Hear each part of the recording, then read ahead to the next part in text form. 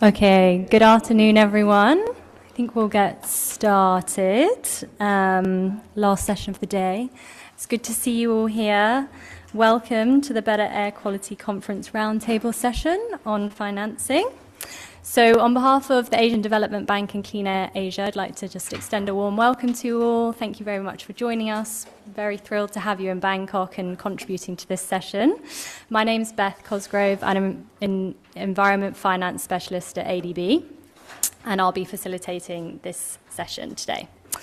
So in this session, we're going to have a bit more of a deeper look at what projects and investments are helping to improve air quality across Asia and the Pacific, what's holding finance back, and how partnerships can direct funding towards impactful solutions. So we'll be starting things off with some brief opening remarks, and then we'll be hearing some insights from some of our funders in the room, discussing a bit more on the challenges and some solutions, and then we'll do a quick wrap-up at the end. But we want to make this very interactive and a discussion, so please do bear that in mind. Come with your questions. So to officially open our session, I will welcome Anuj Mehta. He's from our Strategy, Policy and Partnerships Advisor at the Asian Development Bank to deliver the opening remarks. Anuj focuses on an innovative and green finance across Southeast Asia and manages our ASEAN Catalytic Green Finance Facility. So he's very pioneering in our partnerships and sustainable finance initiatives across the region, developed ADB's first catalyzing green finance publication, drawing from his experience as a former investment banker at JP Morgan. So please give Anuj a warm round of applause. Thank you very much.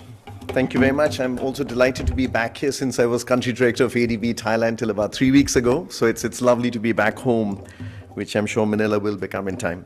But thank you all for joining this session. I have just a few minutes to give a few opening remarks, and as a financier, let me just put what I think is the context. So, very simply put, on one side we've got the issues of, we all talk about the 8 million premature deaths from air. There's estimates about 600 billion cost of inaction in just Southeast Asia by 2050. So we all know what's happening with productivity in the urban areas, the agricultural yield in the rural. In a country like Thailand, we've been speaking about 1.6 to 2% cost of GDP through inaction. So we know that. We also know that air has got a very integrated action impact with other things like heat. Big issue. We've got a publication coming out talking about air and heat stress very soon. We know the issues. The challenges are the big three factors that I try to figure a way forward on, and which I hope we can get some thoughts on today. Number one is institutions that take the actions. Very weak, very fragmented, very spread out. And that's mainly because the activities that need to be done to address air quality are spread out among so many sectors. Is it transport? Is it urban? Is it rural? Is it finance? Where do you put it? Where are the institutions? How do we make it happen? Are there examples of institutions which have done this activity well? That's number one for me, institutions of action in a country. Number two is sectors, how to integrate the sectoral activities together. And even within our development banks, do the urban teams talk to the healthcare teams? Is it a healthcare issue? Is it a transport issue? And that's multiplied manifold at government levels, where you've got hard-fought battles between sectors trying to access budgets for the transport project. Would they amalgamate together to actually do a thematic approach for air rather than transport, which integrates transport and water? So the second issue is integrating sectors together. How do we approach that? And then the biggest is finance. So, there are so many numbers thrown around, so I don't want to talk about that, but, we speak about 200 billion or so per annum generally for Southeast Asia. The numbers are multiples and billions of that as we go forward. So it is a challenge that the financing needs for air quality, which could also be for transport or whatever, so it's a lot of overlaps, their numbers. There's a huge amount of financing needs. Money that flows, as far as I can see, for air quality tends to go into the bankable projects. It tends to go into the visible projects. Let's change buses. One of the projects I've started in Thailand is e-buses project. from an ADB perspective, trying to replace. And we see that in Philippines, etc. Visible thing to do, easy thing to do. What else can we do with burning? What do we do with greening of cities? What else do we do with logistics? Doesn't attract money to the same level. So it is a challenge getting the money in. It's also a challenge in where the money comes from. A lot of it has relied on government budgets. Government budgets are inadequate for everything, and certainly for projects where the returns are not very clear. That's been the second. But it is also an opportunity. So how do we create those instruments that can attract money not from the public sector, but from the private sector? How do we get the funds that are needed quickly and at the right scale from capital markets? Clean air bonds. We worked on it at ADB in Beijing, Tianjin, Hebei. There's a great project there which can talk about that. But that's about it. There aren't too many. So where is the scale of your capital markets flow, number one? And number two, where are the development agencies, the governments using their money, the sovereign money, as de-risking capital? So please bring a clean air bond in private sector. We'll assure you of returns, and therefore let's make it more affordable. Those, I think, are the two opportunities. Better use of sovereign development finances, de-risking money, therefore catalyzing faster, quicker, and at much bigger amounts money from the capital markets. So I think that's sort of just me setting out my context in terms of what I've been working on and seeing, and I hope we get some thoughts and ideas as we go forward today. Thank you very much.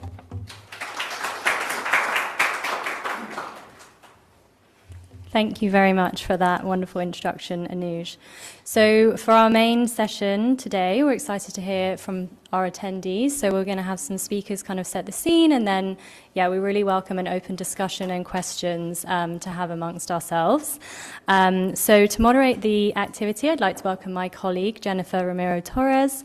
Jennifer is the Unit Head of Sustainable Finance Practice Team and Principal Sustainable Finance Specialist at the Asian Development Bank, where she works on financing and capital markets development in Asia and the Pacific.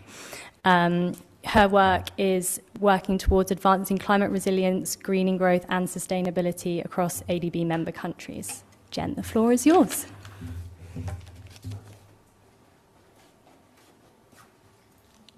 Thank you, Beth. Good afternoon, everyone. And thank you for joining us. Air pollution remains one of the most pressing development challenges, as we know, across Asia and the Pacific, with profound impacts on public health, productivity, climate outcomes, and the livability of our cities.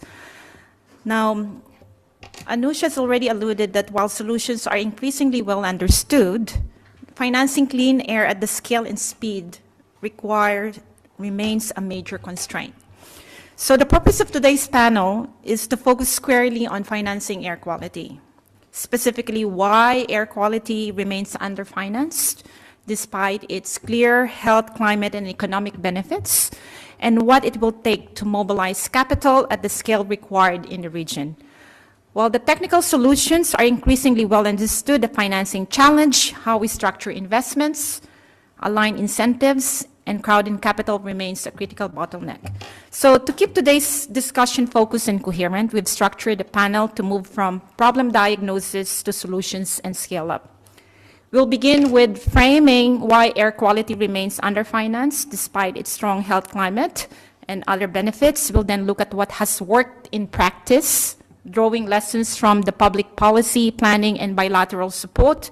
And from there, we'll move to system-level change, examining how policy alignment across sectors such as transport, energy, waste, urban development is needed to unlock sustained investment. And the discussion will then shift to implementation, focusing on how policy ambition can be translated into bankable, scalable project pipeline. We also will explore how different forms of capital, philanthropic, public, and private, can be mobilized together, and finally reflect on the role of multilateral development banks with experience of Asian Development Bank in bringing these elements together at scale. So we're fortunate to have a very diverse panel today, bringing perspectives from development finance institutions, philanthropy, bilateral partners, implementing agencies, and private investment. So I'm really looking forward to a very practical and forward-looking discussion. So let me introduce our speakers before inviting them to share their reflections. So first, let's welcome Shirish Sinha. Please. Shirish is the Executive Director of Programs at the Clean Air Fund.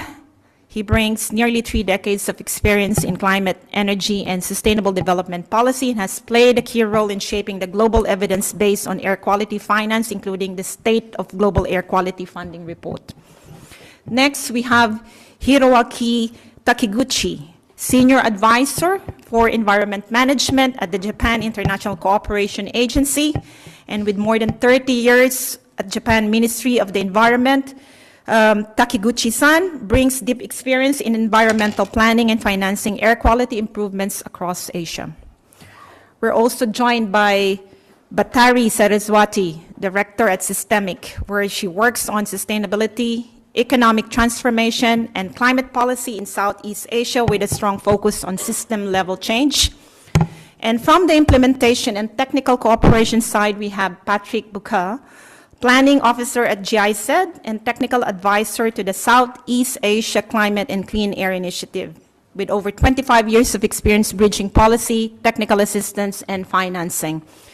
And representing the investor and innovation ecosystem, we have Ray Lowe, who is the climate and energy expert working at Bloomberg Philanthropies, where he serves as Director of the Global Energy Transition and leads the work on climate and clean energy programs in the region.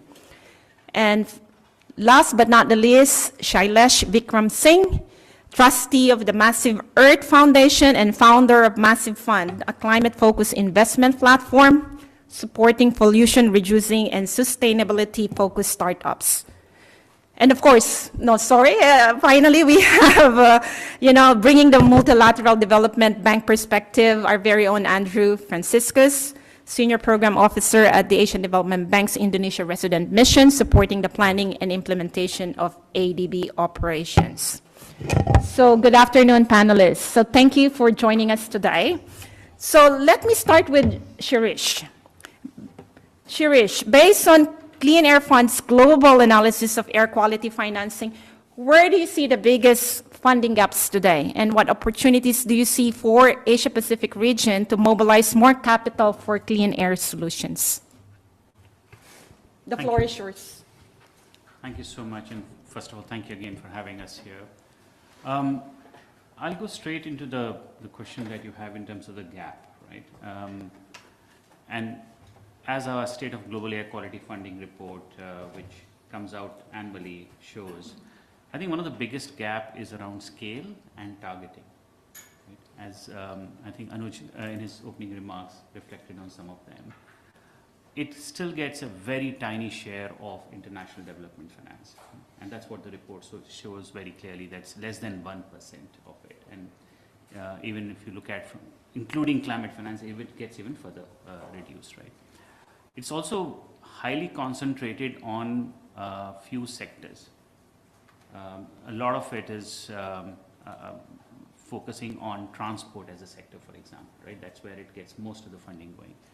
Funding is also going to very fewer number of countries. And as again, that analysis shows, in Asia, majority of the funding is going to 3 countries, Philippines, Bangladesh, and China. Whereas some of the most polluted countries in the region actually gets left out of these international funding, right? So there's a large gap of flow of money in terms of low income and highly polluted countries in terms of the, so that is one set of gap that is existing. Anuj actually had said about the sectors, right? And I think that is absolutely spot on, because as I said, most of it going to transport, but other sectors like waste, agriculture, residential energy, which also needs investments of the scale of finance essentially to come in, even at a project solution level, doesn't get, right? And then on the grant side, there's a lot of work that still needs to be done around air quality data, around capacity building, around technical support. Those remains, and monitoring remains chronically underfunded. So that's again a gap area, right? So I think the second point on the gap is underinvesting is, if you look at the trends of the way investment flow is happening, majority of it is loan, 92% of it is loan. So the availability of technical assistance support that the countries may need to move, that is again a challenge that is there. So this essentially combination of sectoral target and the way that it's structured I think this also slows down the implementation, especially in where the preparedness is essentially less. Right?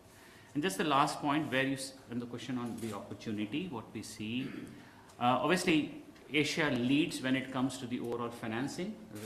The top 4 of the 10 financing institutions, multilateral institutions for funding on air quality are all Asian institutions. ADB is one of them, JICA, the Korea, as well as the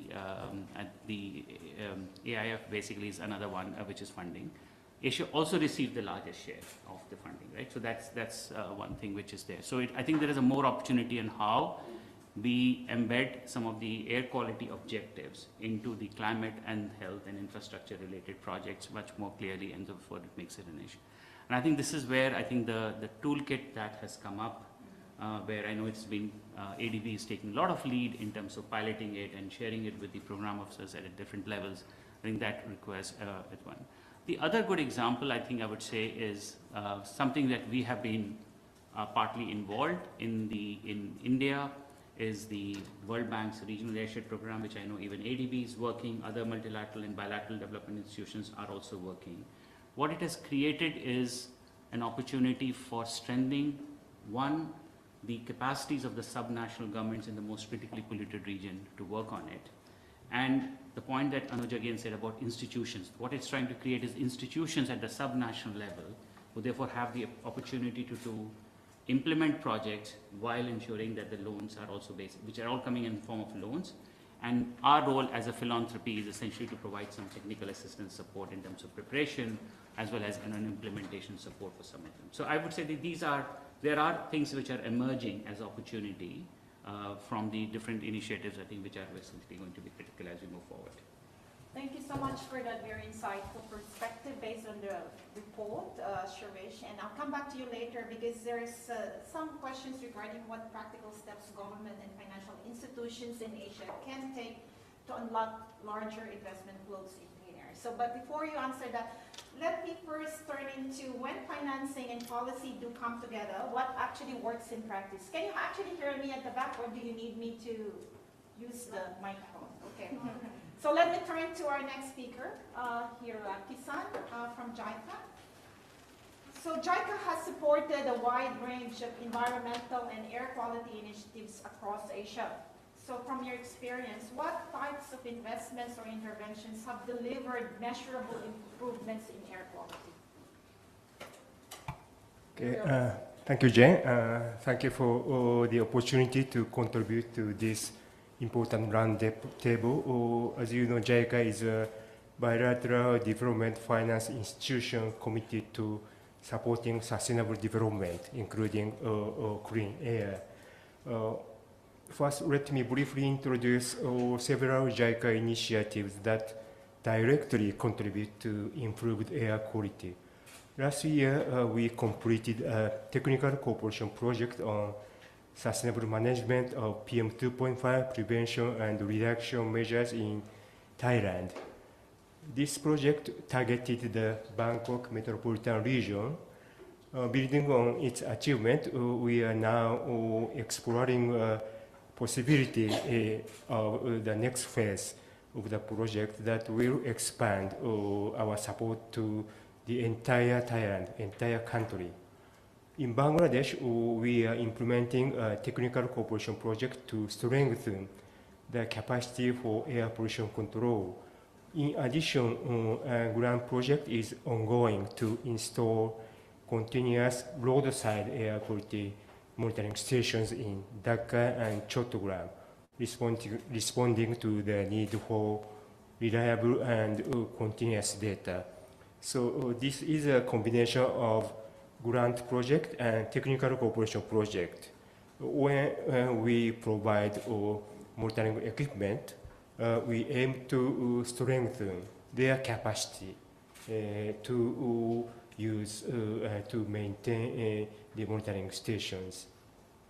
And JICA also implementing SATREPS projects in Asia. SATREPS, S-A-T-R-E-P-S, stands for the Science and Technology Research Partnership for Sustainable Development. It is a form of technical cooperation jointly implemented by research institutions such as university in Japan and partner countries, supporting scientific solutions to environmental challenges. We have 3 satellite projects in Vietnam, Cambodia, and the Kyrgyz Republic focused on advanced air quality monitoring and research. This is the overview of our air quality specific projects. These projects demonstrate our commitment to strengthening the fundamental systems needed for effective air quality management. While these air quality specific projects are valuable, actually, I have to say the technical cooperation represents only about 9% of JICA's total financing volume. A much larger portion, 86%, consists of non-grant finance, such as concessional loans and investments. Within this financing portfolio, 38% is directed to transportation, including major railway construction.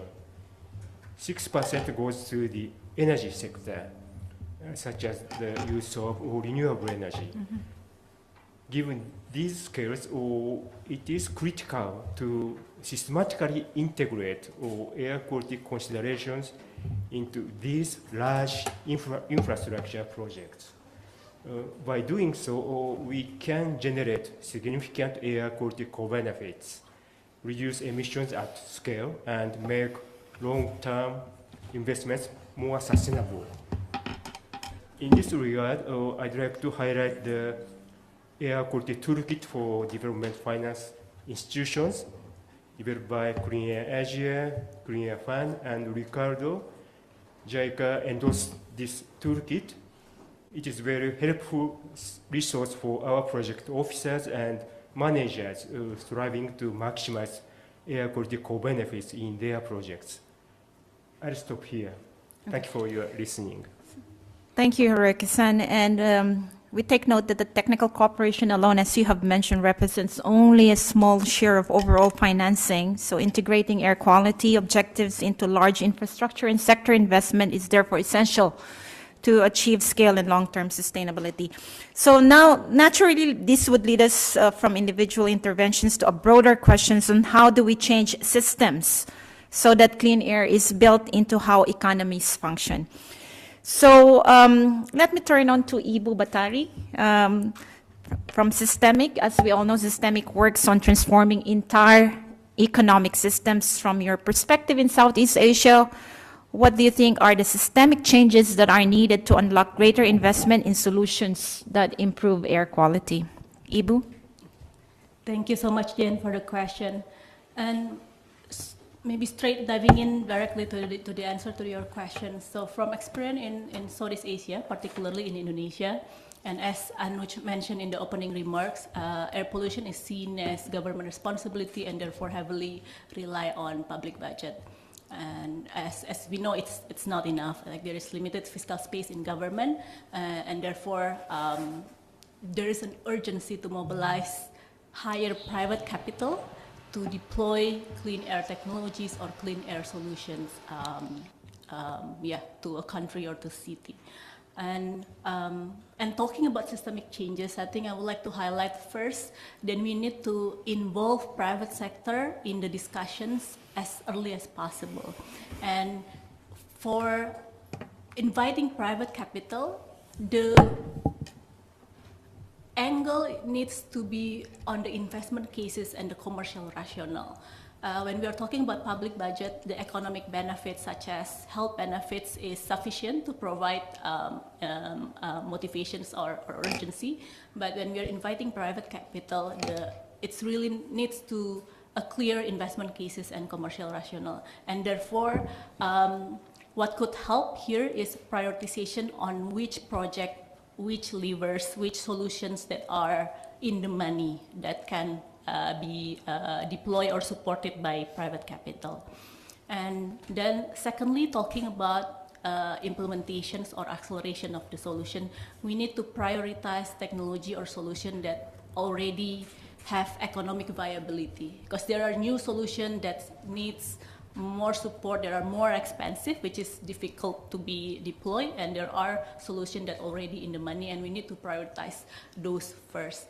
I think lesson learned from Indonesia in terms of transport electrifications, I think government was decided to focus first on two-wheelers and four-wheelers electrification, because from total cost ownership perspective, it's already favorable compared to ICE solutions, and I think that's the right move, and now I think the adoption of electrification is starting to take shape, and so the government decided to focus on the electrification of two-wheelers and four-wheelers first, rather than electrification of the heavy-duty vehicles. Of course, we know heavy-duty vehicles also creating air pollution, but heavy-duty vehicles from TCO perspective is not yet as favorable as two-wheelers and four-wheelers. So the incentive is given to two-wheelers and four-wheelers first, while the heavy-duty vehicles it needs more discussions and more structuring.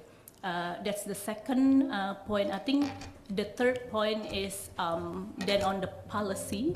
If we can have policy or regulation being implemented, it will be good to focus on policy that can increase economic viability of a technology or solutions.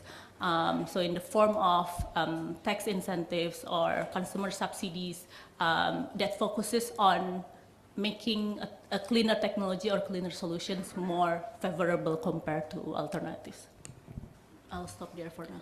Thank you, Imu. So your remarks are very clear, showing that, for us to look at air quality projects, we need to be looking at how we would actually incentivize and invite private capital, prioritize technological solutions that work and are scalable, and of course, supported by aligned policy and finance. So let's move to Patrick. Patrick, drawing on GISED's experience in designing and implementing clean air projects in Asia, what types of interventions have proven most effective?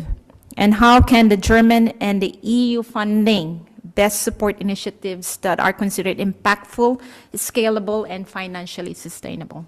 Patrick. Many thanks for the question, Jen, and many thanks for inviting us, the GIZ, to this panel. So we are on the receiving end, so to speak. So we are entirely externally funded, and what we do is really we try to offer solutions that are co-developed with people on the ground on air quality management in different regions, including this one. I should probably mention that we have worked especially in this region, very much on transport, on agriculture, and as well on sustainable urban development, for example. So there are some ongoing projects in Thailand, India, Central Asia as well, and as well Indonesia on transport. So I think what I would like to bring across really is that based on the experience we have with these projects, I think given that we've just heard that only 1% of ODA money basically is going into air quality management, we have to be rather strategic how to spend it. And I like straight talking, and I think I can say that we have over the years, over the last 20 years, seen both good and bad examples as well how to spend the money, right? So and I can be quite open about it. We've had projects that actually invested into a solution, and after the end of the project, nothing really happened. And we have to stop this, and this is really, we can't now, especially in these times, we can't afford this any longer. So we've had as well very positive examples though, and I think we should really learn from these. So if I could separate the projects we've worked on, maybe in those that are more targeted towards the household level, and those maybe more targeted towards administrative level, so to speak. So, and I think if we're talking about the administrative level, I think it would be fair to say that it is almost impossible to have always bankable projects, right? There are projects where it is just the duty of government to invest in air quality management without getting a direct return. The return will be felt later on, but not directly. And I think this, of course, is a challenge. It is as well a challenge in terms of, if you think about administrative turnovers, right? So obviously politicians are more prepared to invest into solutions. We've seen that that will lead to some positive effects during the lifetime of their government. And I think for that, for example, short-lived climate pollutants or super pollutants, are a very good example where you can, if you really do it well, you can actually invest in solutions that will have a positive effect within 3, 4, 5 years' time. So these are the ones that are really, quite popular by policymakers, because they can claim after 3, 4, 5 years in government, they have actually contributed to an improvement of air quality. And so I think this is quite important to keep the timeline in mind, and as well to inform policymakers about the benefits for the entire, let's say, national economy downstream, right? So, and a little bit later, so if you really look into the net effects, it is important to inform them, and this is something we do, to inform them on model-based analyses that, if you invest into this, you will have a positive effect, for example, on health costs down the line. So you need a good cost-benefit analysis. If we're now going to the household level, I think there you really need to look into bankable projects, right? And again, this is quite difficult. And I'm going to tell you about an example. We just had discussions 2 weeks ago.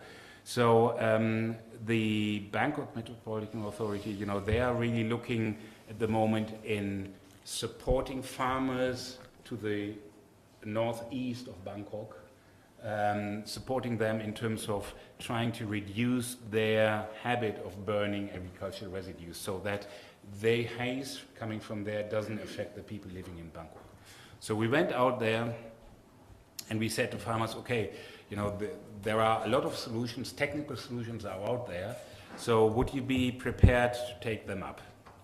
And they made it very clear, we went through the different solutions that we thought are available, and they made it very clear, okay, this is not working because of this is because it's not working because of that. It is too time consuming, you expect us to invest into this, and this is not going to give us a direct return, right? And we realized, okay, they had really good arguments for not stopping to burn, right? And and they even told us, okay, if you want to stop us burning, we need $2,000, I think it was around about $2,000 per rai of our fields, right? So I think it is quite important that we have to look into how we can incentivize this, and this is sometimes challenging, but there are, if you look really into co-developing solutions with farmers on the ground and really provide upfront investment and then show them that if they use a set of easily implementable solutions that will give them some return on their investment, let's say within 3-4 years, then I think they are more prone to actually pick it up. And I think we always say, you have to come up with bankable solutions. It is not easy, that's what I'm saying, and I think you have to involve the communities on the ground to actually make it bankable as well. Thank you. Thank you, Patrick. That's really very important that, coming through clearly here is that to reduce the risks and building credible pipelines, it takes partnership. right? And it's essential that, before we can actually ask for larger pools of capital, we need to also make sure that all the stakeholders are involved and we're incentivizing air quality projects to be the priority of the government. So now let's look into, Bloomberg philanthropies, right? This brings us directly to the role of catalytic finance in shaping those enabling conditions. So let's turn to Ray. And we know that Bloomberg philanthropies work in the region. Where do you see philanthropy playing the most effective catalytic role in accelerating clean energy transitions and improving air quality? And in what particular ways that public or private finance alone cannot? Thanks, Jennifer. Really glad to be in this panel. And I know a lot of colleagues, I would say, describe ourselves as part of this ecosystem. We work with almost with everyone on different cases, country, and angles. So the philanthropy, I think this is also a mystery. Always we are in the panel where philanthropy can play a role to unlock private investment. However, we would like to frame it differently. Given philanthropy, we're not looking for financial return, and neither we are so focused on really supporting institution and also in-country capacity. That's our essential. So look at the challenges and Andrew and other colleagues raise. The implementation always lack of human resource and sometimes knowledge, sometimes of really bring stakeholders together. So that is, I would sort of emphasize, that's where a lot of philanthropic organizations, including Bloomberg Philanthropy, try to find the different cases and angle to support the implementation team, or the real people, real experts, or people who can coordinate and working across different administrations to make things happen. I think that's always essential. And second, I know she mentioned about sort of alignment. I think that's very important when we discuss the blended finance or those instruments where public philanthropy and private alignment, where are they? I find it's become more and more challenging. Before, I think we rely on global institution, MDB with Global Environmental Facility, GCF, and also shareholder in the institution, really look at the global markets and country per country. Now, because we are in the fragmented world, that's a reality, we're not going back, which means the blended finance instruments probably also need to have a new way of design in a way that so need to have a regional or country level anchored approach. That means also circle back to, I know your way, source of funding and also spending of funding probably need to within a certain cycle. Which means whenever you are talking with private, public, and philanthropy, including the local Asia-based philanthropy, they have a certain way of interest, want to build the market, which they belong to. I think that's essential difference from in the past, like 3 decades, which also we are contributing quite a bit in the past. We're still very happy to work with ADB on Climate Investment Development Fund, supporting some project preparation, some of the piloting work to mobilize both MDB and the private finance. But I would say those are the past phase. But now moving forward, if you look at Asia or Southeast Asia, I think the source of finance need to find a way to anchor here, including local government or some sovereign wealth fund or some of the Asia-based philanthropies. I think that's the point that we gradually realize that. And the third one is probably the broader. I guess a lot of economists or ADB, you are the expert on that. The borrowing cost is increasing, and also the country public debt is increasing. I think that's reality, which means there's no cases, maybe less and less, on the low-cost borrowing or low-cost lending. So for countryside, I think we are operating in this field, which means if this is the reality, what our resource is spending on is essentially look at how we can support the case whenever public policymaker making the fiscal spending, really making sure the justified spending is fiscal positive, or any policy design has a revenue positive impact. I think air pollution and everything we're talking about is that case. Through this 2 days, 3 days of conferences, people gradually say we need to make the economic case for our government. We're making sure people understand the health impact and cost, probably have a mid and short, longer term public physical impact to the government spending. So that means investing in air pollution control and some no regrets, low cost renewable energy and efficiency technology. Those are the things the government should prioritize, that you link the result of the air pollution. So that means when finance minister or other look at the spending, they really need to prioritize very disciplined way of looking at where to allocate the spending. And also Anush, again, they say inefficient spending, which is fossil fuel subsidies. It's really will be a case where operating in that environment, we are not in the luxury anymore. I think that's the essential thing. I do really has high expectation. ADB and the columnists and those Clean Air Asia and the other experts really help us to understand this deeper level. What does it mean for the energy transition, clean energy work forward, as well as how we can advise government to really prioritize this investment, public investment forward in the way that creates durable private investment opportunity for companies and institutional investors. Thanks, Ray. You've raised so many relevant points that I'm sure our audience here would have a lot of follow-on questions. But let's now turn to where can commercial and venture capital realistically enter. So I'll have Shailesh here to explain to us from an investor perspective, which clean air or climate technologies do you currently see as the most investable in the region, in Asia Pacific? And how can early stage innovation, accelerators, and catalytic capital help scale these solutions? Great, thanks Jane for having me. Thanks. So I think when investors look at climate tech and air pollution, the word is not very attractive, to be very frank, right? As an investor, we say why? Is the air pollution, is the climate? It's not none of our job, right? That's what the governments do, and that's also society. So public good, right? But if you look at it, and if you look at deeper, like say when I moved from the tech VC side to the climate side, I realized that fundamentally, all these are fundamentally what you call engineering problem. Air pollution is a fundamental engineering problem because the technologies which we have, say 100 years back, are not able to support the population explosion and what is happening right now. So if you look at air pollution and see what is the source of it, so there are three components, right? One is your dust.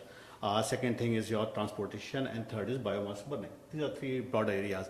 And when you look at deeper, there are a lot of opportunities there. So when we look at dust, there are home dust, there are air purifier you need, and we invested in a company which is growing very well, raise money from Excel, process kind of thing, deploying various solutions. So when you start looking at a deeper sector, start looking at the engineering point of it, you see a lot of opportunities. Like we have done close to 8 investments in the mobility space. And why? Because we believe because of air pollution, there's a lot of pressure on the governments, there's a lot of pressure on the people, they want to move to e-mobility, right? So these are opportunities which are coming. So if you look at broadly air pollution, but when you look deeper, there's a lot of scope for the private investment to come. And the good news is a lot of money is flowing in. And it is not that we are only measuring impact, we are looking for hard IR, right? When we look money, my question is, will I make 10x or not? So the benchmark, whether I invest in tech or invest in climate, is same. I want the same kind of return because the risk is same, right? So the critical part is to how you phrase it. How do we phrase the public good or do we say investable opportunity? So I think that is happening. So that part. Coming to the accelerator part, how we can do, I think this is a part which have to be a little more understood very, very differently. The early stage tech, right, as an engineering problem, compared to consumer tech, is difficult to scale. So in a consumer tech, you get 2 kids who write code, app goes viral, you put 100K and you're done, right? But when you're doing climate tech, you take 4 years, you need lab, you need a lot of R&D, right? So the gestation period is much longer. At that time, you need a different kind of capital. And I think that's where probably the grant capital come in, the catalytic capital come in, like what US used to do with DARPA, right? So we need grant kind of thing. The tangible part which has happened, that a lot of blended capital has come in. And that is not a good news, right? The blended capital for early stage is a disaster. to be very frank, right? Because the early stage companies are yet the business model is not done. We are still groping in the dark, right? We are still figuring out. So the money which you need is either you need grant or you need a super risk capital. So my thesis is that while we talk too much of the grant and too much of the blended capital, the real need of the hour is the risk capital. Right, and we have to figure out the regulations with the incentive, how we create a more risk capital.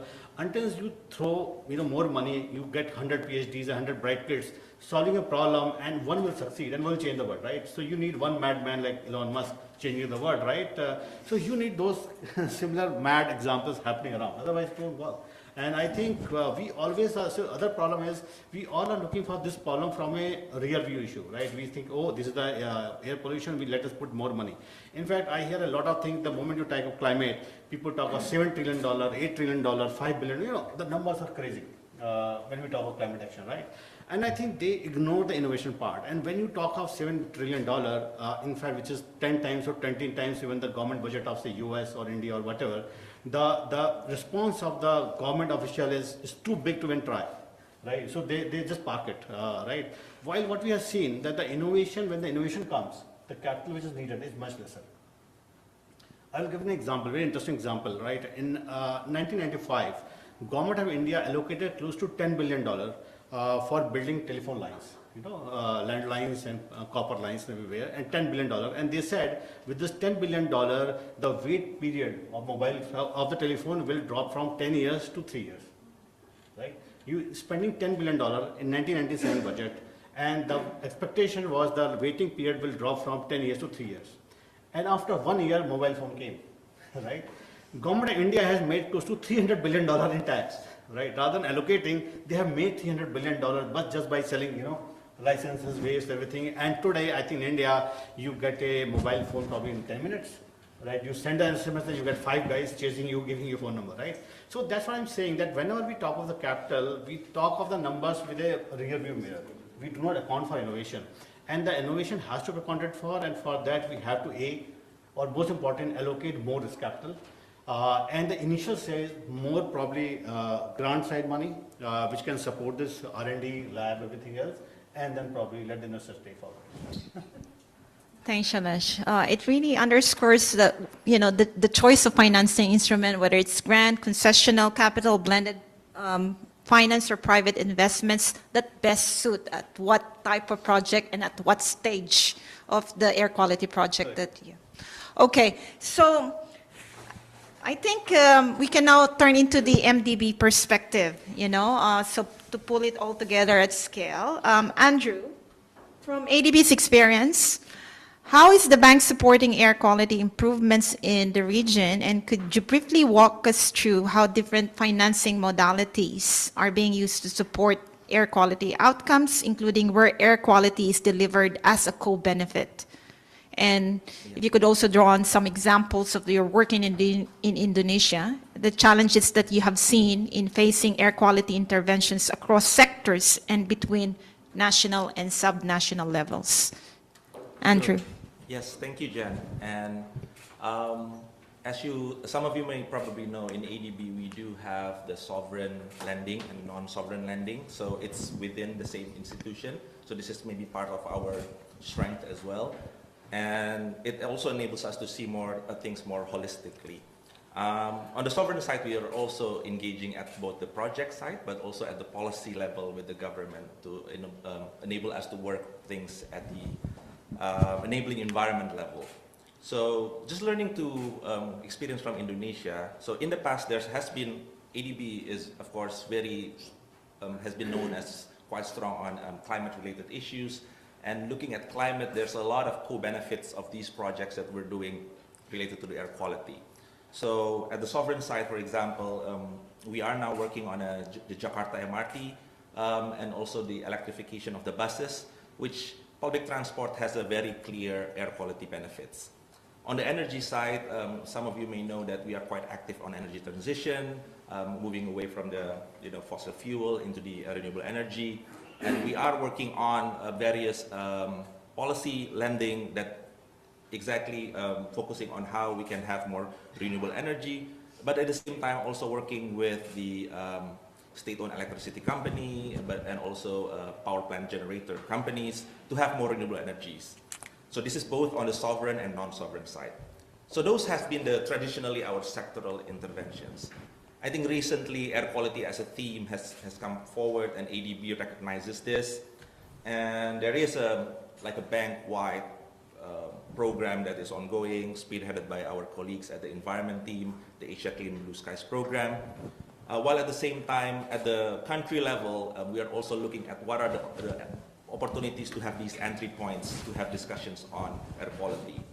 So from our water and urban the team, they have been doing a meta study or like a assessment study on DKI Jakarta greater area. What are the opportunities and challenges there? The transport sector on low emission zones, energy on fuel reforms, very important because a lot of the emission from the transportation sector also comes from the fact that we are using fuel that are less quality than the engine actually can uptake. And of course, very important at the health sector to see what's the impact to the health sector and also the urban heat mapping. So these are all emerging areas that we are all across sectors are developing, but we all now see, okay, what's next? How do we scale this up to the next level? I think given the, at least on a thematic level, this is quite an emerging area as well for ADB. So we are working this along and finding the solutions as we go as well. So I think, Jen, you mentioned about the fact this is cross-sectoral. I mentioned all the different sectoral interventions that we're doing. This is indeed, especially at the national level, this will cut across different agencies, different sectoral agencies, Ministry of Environment, the Public Works, the Home Affairs when it comes to the local governments. So how do we work across these different sectoral ministries? And also, air quality often is an issue at the city level, provincial level, at the regional level. So how do we work at that level, whereas ADB has traditionally worked at the national government? And this is not without a reason. It's because there's also some regulation limitations that often limits us of actually having interventions directly to the subnational.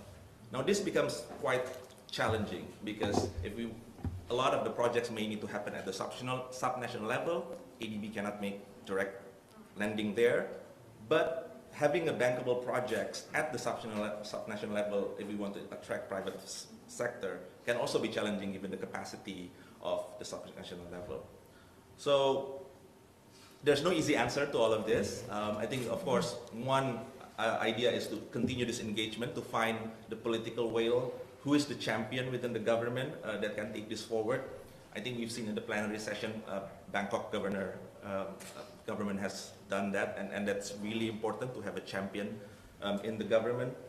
While at the same time, working as integrated solutions is also very important. So working, for example, working at a certain city, we cannot just see this as a transportation issue or a energy sector issue. So how do we work in a more integrated manner in key priority locations?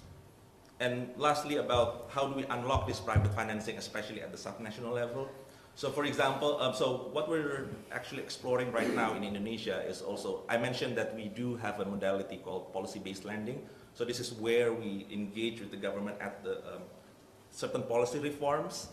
And we are now working on a fiscal decentralization policy-based lending, which we are hoping to then increase the capacity, fiscal capacity at the subnational level. And therefore, with the hope, of course, in the future they will be able to uptake more and more projects, such as this air quality interventions that will be very important for the subnational level to have that capacity. So I guess for such complex issue, we will require a comprehensive solution as well, and that's where ADB actually be in the game, across all levels, policy, project, and also private sector financing. And yeah, we're here to partner with every stakeholder as well. Thank you. Thanks, Andrew. So as you mentioned, the air quality intervention is complex and it cuts across various sectors and go across both national and subnational government. It's important that we identify and map key priority actions with various financing modalities and identify strong political will or champion will be the first key step. And as Anush has already alluded in it, we keep hearing Anush's name here, we need an institutional anchor. Someone needs to own, the air quality priority for the country and to help coordinate the various ministries so that we could be able to actually scale, air quality interventions or solutions in the region. So we've heard, a rich set of perspectives from why air quality finance lags to what has worked, how systems needs to change, and where different forms of capital can play a role. So let me now open the floor, for questions. So given the time, can I ask anyone from the audience to actually share their views or ask questions to our, distinguished panels of speakers here? Yes, please. Can you please introduce yourself briefly and then ask the question to whom you would want to ask to answer the question. Thank you. My name is Rachel Barr, and I work with deep techs and climate techs that are looking to raise often above $150 million. And these are in the infrastructure space by and large. They have implications in the climate as well in the airspace. What I find profoundly problematic is when companies get to the first of their kind facility phase, there is a huge gap between the VCs who will fund their early efforts and the institutional investors that'll do conventional lending for infrastructure. And what I'm not seeing coming up in this space, and frankly other spaces as well, is philanthropy and development banks stepping in to de-risk the structural, like the capital stack right there. And I'm asking you all, what type of thinking are you giving to that? Because I hear a lot of nation level thinking and subnational level thinking, but I work primarily with innovators who are looking to literally create their first and second facilities. Okay, so I think we can have either Ray or Shailesh, and also maybe Anush or Andrew. Anush, maybe you can join our panel here to answer some of the questions from from an MDB perspective. So maybe first, Ray, do you want to take up the question, and then Shailesh? Yeah, I want to double down this alignment angle when everyone talks about capital stack. So first, starting from philanthropy is from one philanthropy is from another philanthropy, which means their incentive and motivation varies. So some are very technology focused philanthropy. I think that's very fit for this discussion. And for us and a lot of foundations, we see essentially this is not our areas. We see the system change which require institution capacity, fundamental data tracking, prove the case, and including really, I use the way of narrative shaping is even more important to generate the system level, society level change. We could try here and there on the piloting the blended finance doesn't work. But the purpose of that is not leverage private finance. The purpose of that, if we try, for example, we work as ADB, Climate Innovation Development Fund. So I think the purpose is really to uncover the market failures. Anything policy regulator need to pay attention to. Allow one project under that fund, be supported by grants, but there will be another 10 or 2,000s can be fixed not by this fund, actually be faced by the regulation reform. I think that's the purpose of any capital stack discussion, which I think that's where philanthropy are willing to discuss, rather than we support this fund. There's another 200 funds, probably similar. There's not enough of effort and resources. So I think back to this technology one, if that's anchoring the country scientific research, that how can link that with in the future the scientific research supporting that larger scale, that could be the angle. But if it's really private driven, supporting one or two, really, so Elon Musk, all those things, I think that's the unicorn. Maybe that's, I think that's less of a case for philanthropy discussion in the first place. Yeah, I think I will give it a different side, right? So when it comes to money, there's always more people needing money than the money available. This is always the case, right? Whether it's a grant, whether it is a Series A, Series B, Series C. So that challenge is always going to be there. There are founders who have raised $100 million seed round. There are founders who are raising $100 billion right now, as we see in the AI case. And there are founders who struggle even to raise 500K. So I think there's no way it can be solved, frankly speaking, right? It borders on the founders, because if you create a systematic structure which provides capital if people need it, it will always lead to abuse of the system, right? So it has to work in a what you call in a systematic way, or rather where the founders, like say when Tesla Elon Musk bought it, he was not the founder, right? There was another team which was doing it. It was always going for bankruptcy. He put his own $100 million, built the company. And now when the OpenAI started, they convinced somebody, they got $100 billion, right? So the point is there always be capital there. So there's good news is the capital is much more than it was available, say, 10 years back or 20 years back. So the risk capital, which is very, very high risk capital, is way higher available than it was available, say, 20 years back. So that is there. Of course, demand is also there, but from whether it's nuclear technology or something else, rocket science, everything else. But I think that it cannot be done structurally. It will always lie on the founders to go out and raise whatever they need to do, right? I think this is the way it can, because the market, at the end of the day, it has the market force. Somebody will always get rejected, somebody always will think, and sometimes bad purchase. So what you call type A and type B error, which you know all the time, right? So that will always happen. In the investment, I think we all the time worry on the type B or type A error, and that's what happens. Yeah. I hope I answered that. Do you want to? It's just speaking from a development perspective, we, at ADB, there have been efforts to use, to use your words, de-risking facility in certain other themes, such as on the green, generally on green. So what we've tried to do, which tends to work, and it's attached to projects rather than to a technology being developed by a private sector company, for example, is to put a fund together, which has then been supporting, in this case, the ASEAN region, saying that if there is a project with very clear green impacts, but the overall financing structure, the bankability is not risk assured very clearly. That could be because of revenues, it could be technology, it could be because of implementation risk. Here is a de-risking fund, if you like, de-risking fund, which will come in for a first 7-year period in the underlying project. So as it acquires its technology, gets the land, starts doing construction, starts operating, and then is out 2 or 3 years after construction starts, we provide de-risking capital at a very concessional rate and then take it out. So it's not grant, it's money that goes and it comes out. It's interesting to consider whether we could do something similar like that for air quality. It will still likely be attached to projects. So a project from Thailand to do air quality in Bangkok.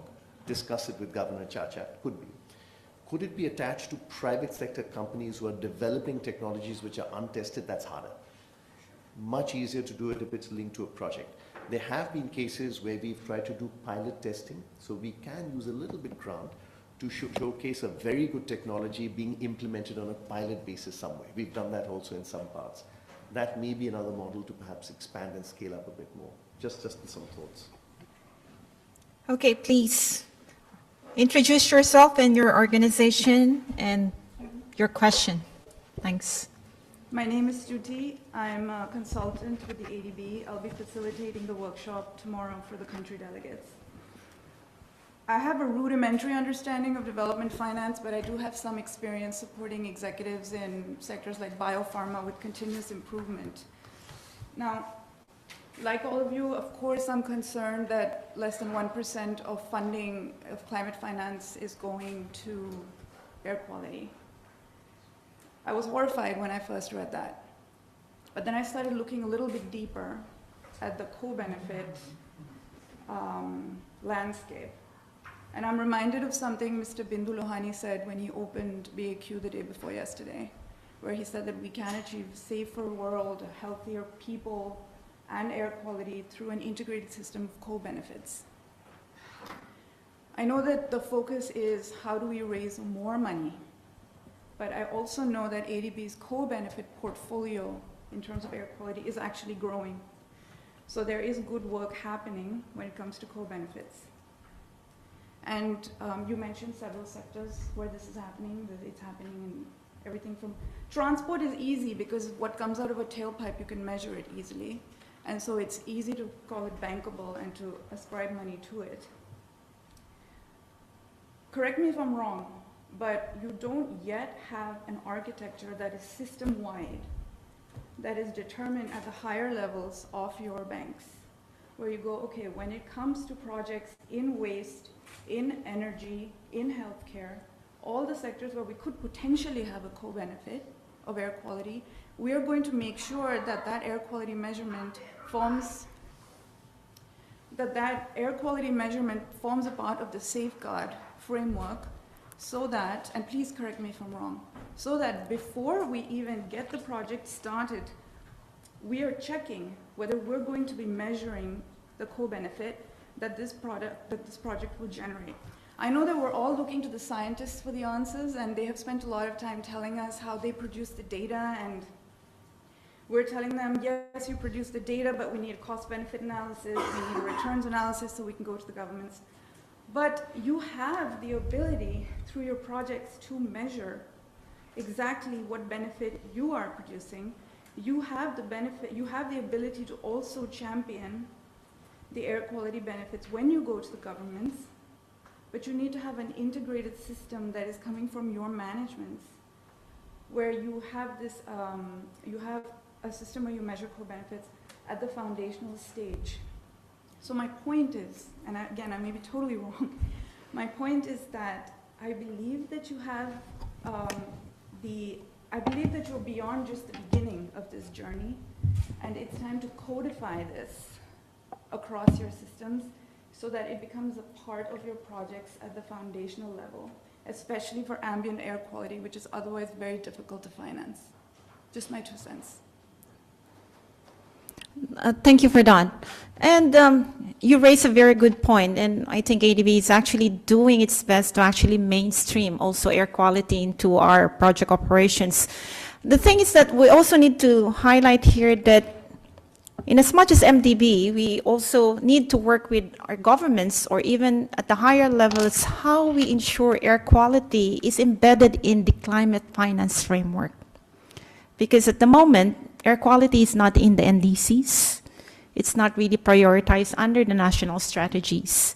And it's difficult because when you have air quality that's considered not necessarily bankable and competing with development priorities of the country, it's difficult when it's not, if there's no commitment at the country level. So I think we need to take note that, we really need to push how air quality can be embedded into their national strategies, into the NDCs, into their priorities. And that's, it's a coordinated effort, not only from the MDB, but also from the other partners. And I think we're working towards that. So thank you for a very good, input. So any other questions? Yes, please. Kindly introduce yourself, your organization, and concise question, please. Thank you. And if you can direct it to any of our speakers. Oh, okay, I'll try. I'm Sudhir Sharma. I'm with UNEP. I'm the regional coordinator for finance and economic transformation. And maybe I pick up things from the last point that you mentioned. So one of the areas which I would like to understand from panelists, maybe GIZ, since it works more on the technical side of things. So there's been a lot of effort which has gone into taxonomy development for climate change, for nature. In the taxonomies, we do see pollution mentioned, but it is mentioned more as do no harm. So has there been kind of a concerted effort, and this goes to your point, of integrating both the negative impacts as well as the risks of investment, which might create air pollution and might have a risk on the investment itself? So what is the status of that work? Because to me, the journey that I see so far, there's been a lot of work on identifying what is the source of air pollution, what are the technologies, and we need to fund projects, and mostly it is big projects. We do talk about private sector, but we have not been able to get private sector on board. So that's one part. Sorry, it's going to be a couple of other things.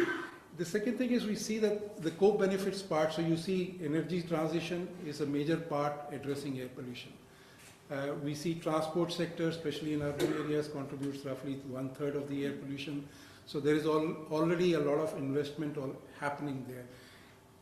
has there been effort to look at what are the different solutions and what kind of instruments are required? Because e-mobility, mostly commercial finance, is able to actually address it. Energy transition, if you look at renewable energy, is able to address it.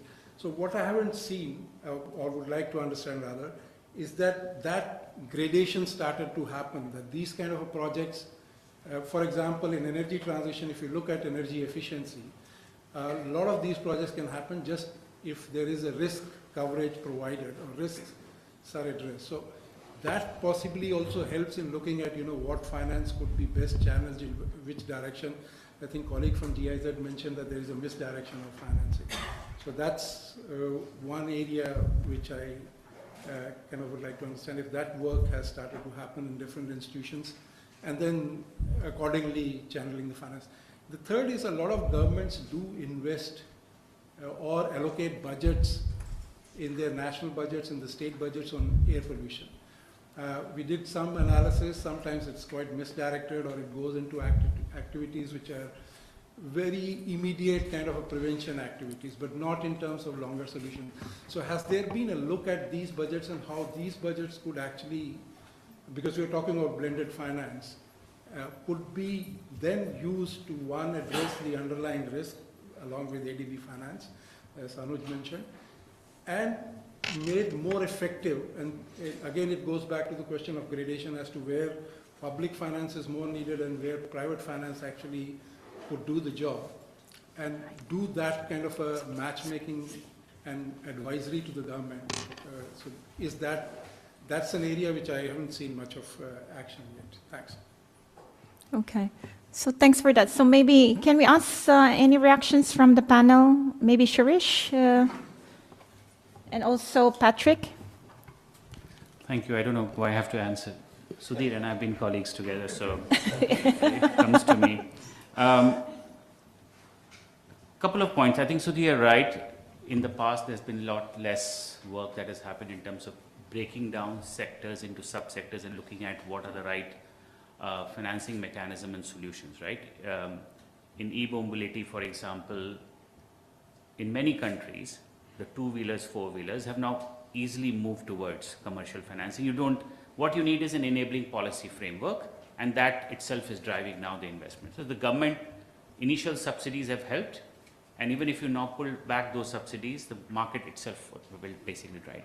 But then there are sub-segments, like, for example, heavy-duty vehicles or buses, which does require some level of public investments to come in to provide the stability before markets and market mechanisms. So I think that level of analysis has now started to happen. I won't say it is available for broadly at a very larger regional level, but it is very country or location specific analysis essentially is in place. On the budgets of national governments and how it can essentially be utilized. I referred to, when I was speaking earlier, about the project that many of us have been, financial institutions, philanthropy has been, including Bloomberg, in the preparation for one of the subnational program in India. As part of that analysis, what was done was to track what is the current public spending on different departments on air quality related interventions.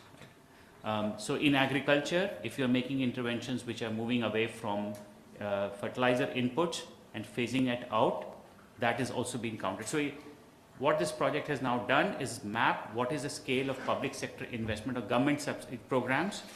And in the current analysis of the work, it is very clearly coming how much government money would facilitate the program investment if it goes into implementation. So I think that level, but I don't think you'll have to, basically we have to say it is much more at a subnational, local level where this analysis is essentially available. But can I just react to the earlier comment that was Sure, made, please, right? go ahead. Which was more of a critic in terms of how the financial institution should look at. And one of the things that colleague from JICA also referred, right, the toolkit that has been developed, ADB has taken it so forward, right, and JICA is taking forward.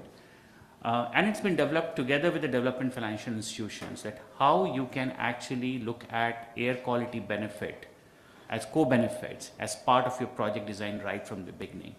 So that toolkit is now going to the project officer programs who are deciding on the project program.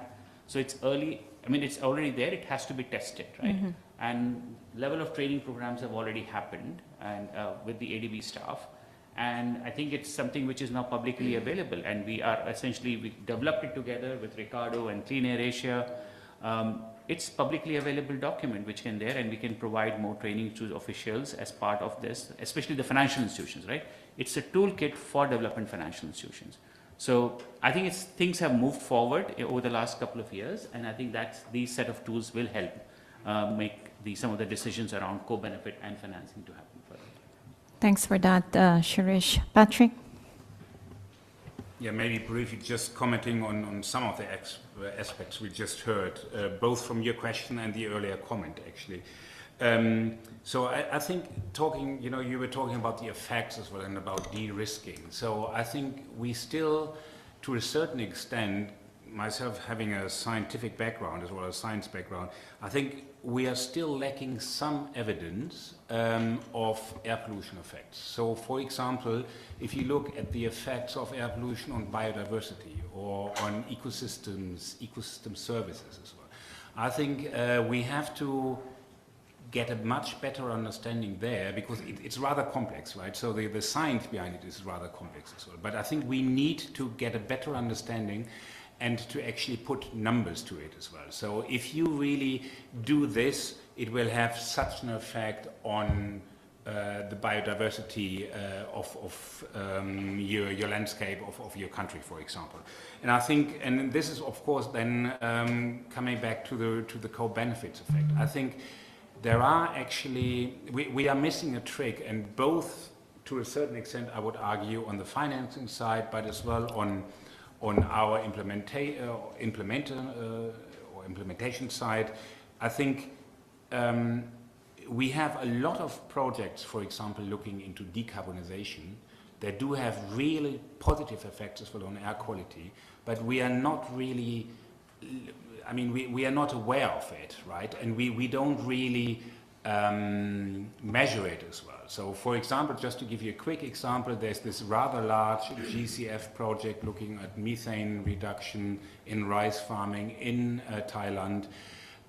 We approached them and said, well, actually, have you looked in the positive effects of your methane reduction on ozone formation, because methane is a precursor of ozone. So there's an entire narrative you're not looking into, because really looking, if you decrease methane emissions in the countryside, you will have a direct positive effect as well on ozone concentrations, right? So there's a lot of untapped potential, right? And maybe last point on this one, we are actually given as well that the funding is for air quality management is as well getting sparser, at least on our side as well, on the development aid side. We are looking at GRZ, we are looking into screening projects when they're being set up to look really into what effects they potentially could have on air quality.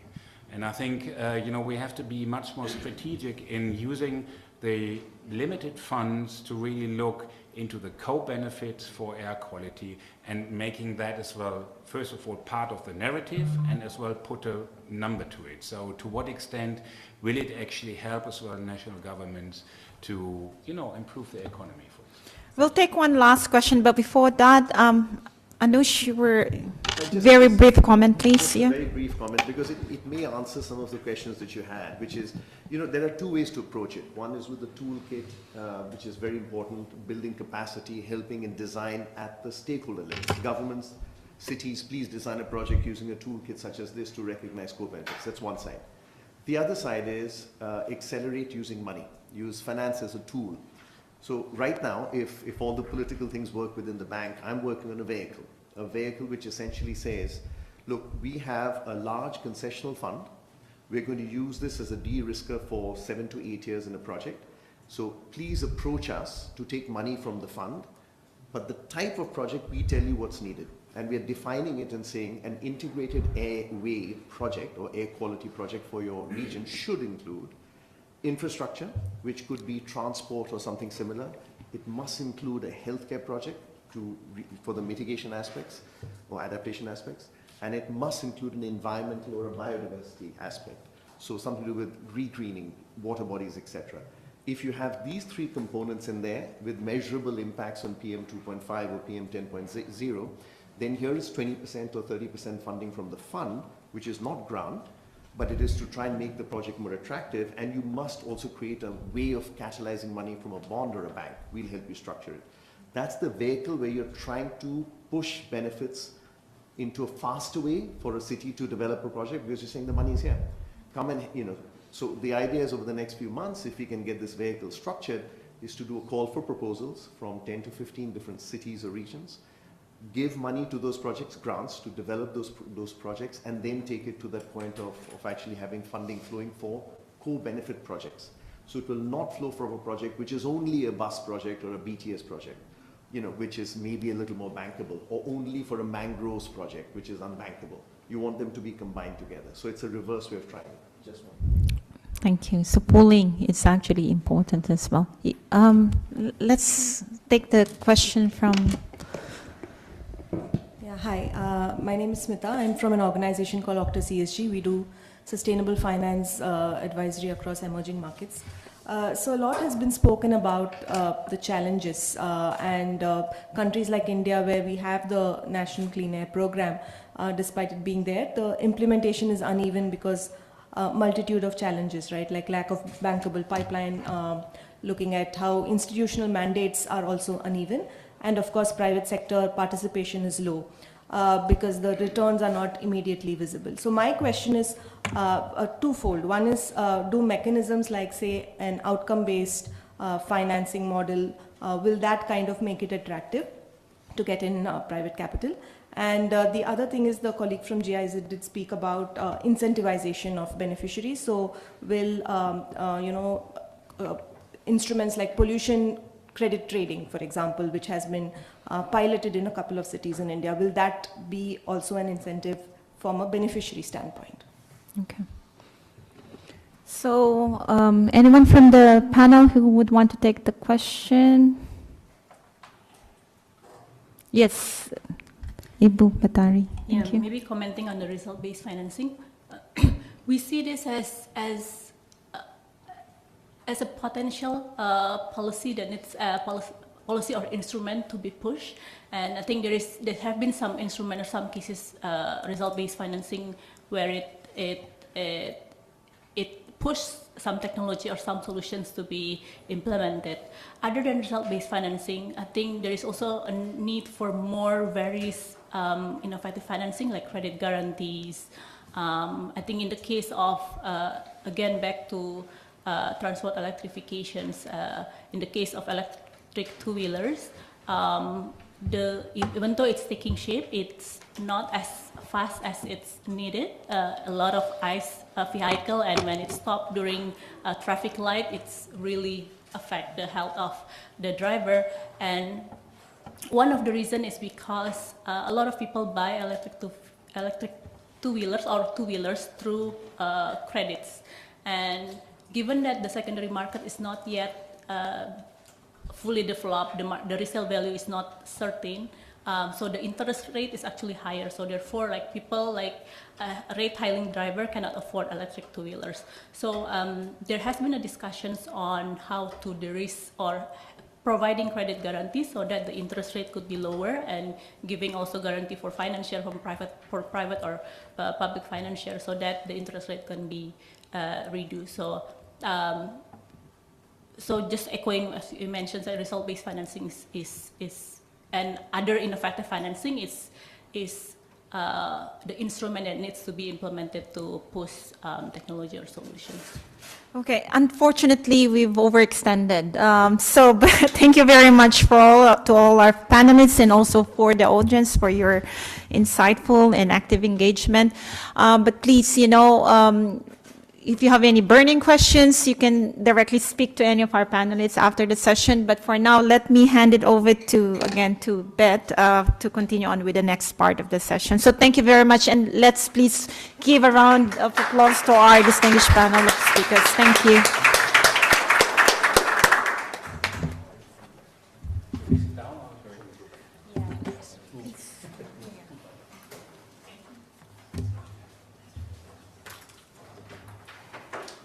Yes, many thanks to all our speakers and participants for that rich discussion. Hopefully that can continue maybe over a drink after this session concludes. But next we actually wanted to ask you all some questions to kind of help shape future collaboration on this topic. So to facilitate this part, I will call on Clean Air Asia's Deputy Executive Director, Ati Glinda Batam Batarina. Glinda has been with Clean Air Asia since its establishment in 2002, holding extensive experience in developing policies and programs for clean air, sustainable transport, industrial emissions control, and climate change mitigation. So Glinda, the floor is yours.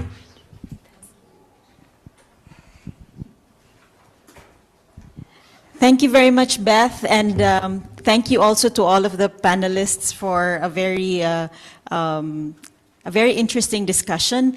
Now, the Asian Development Bank and Clean Air Asia, as part of the Better Air Quality Conference, actually developed a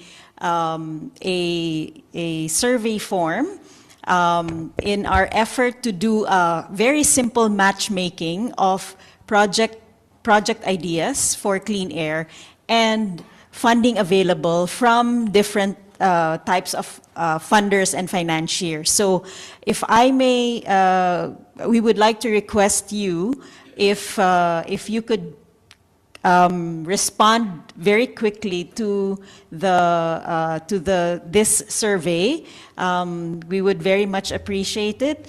And the kind of matching that we will do is basically just look at the project location, match the project proponents, project idea, location, and the sector and the type of project with the funder's preference of types of projects that you would fund. So that would be simple funding. And after BAQ, we will then give you a summary of the match projects, but we don't promise the project proponents that they will receive funding for the projects that they propose. So we hope that we can get a good number of funders to answer this survey.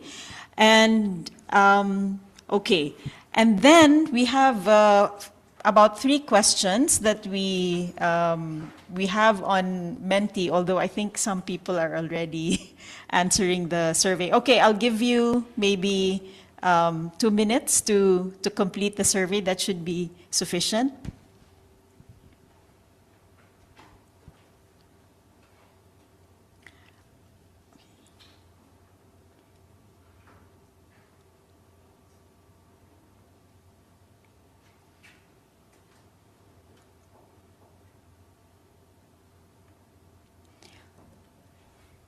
Okay, I think, yes. So we're seeing here some, so the question is, what additional information and data are needed to capture financing for air quality and to scale up? And so we're starting to see very interesting responses and in color. Okay, so yes, we're still seeing a few more. So I think probably the QR code that we sent was not the right one. Okay, so it went direct to the Menti. Okay, so new funding sources, product innovation, financial instruments. Yes, viable business models, especially if we're looking at having private sector fund maybe technology uptake. We need business models that make the technologies affordable. Health spending, how to access WH9, okay, and economic impacts. Okay, so thank you. This is going to be very helpful. I see that we still have a few more providing information. Yes, so we can go and go to the next question. So what do you want to learn from dialogues and roundtables such as this? What information is most valuable?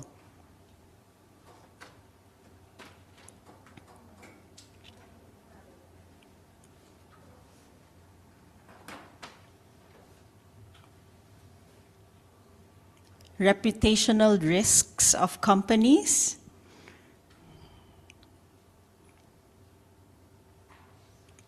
yes, the funder's perspective, regional cooperation, some success stories of, I suppose, of financing instruments that have been successful in scaling up action, fellow funders' mandates, challenges that were faced, innovative solutions, healthcare saving, proven solutions. Okay, this gives us an indication of the type of information that might be useful in, let's say in 2 years' time when we meet again at BAQ, we'll see if we can get some baseline data information that could be shared. Okay, so since we don't have, we're out of time. Last one, okay, in terms of collaborating among funders, different funders, what modes do you suggest for continued collaboration among funders? It could be that there are existing meetings you have already, like the MDB working groups, but if you have other ideas of when you can meet, we know that the Clean Air Fund has a donor working group, funding working group, so other avenues that, but yes, I think what's, okay. Yes.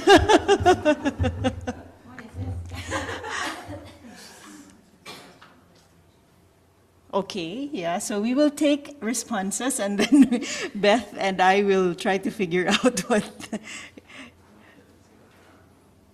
Okay. Continued collaboration through airshed coordination, airshed commitments. Simple financing ecosystem. Donor coordination with government, collaboration to expand funding. Yes, definitely, that's what we want to hear. Ecosystem development, investment ecosystem development. Co-investing for pipeline. Okay. Okay.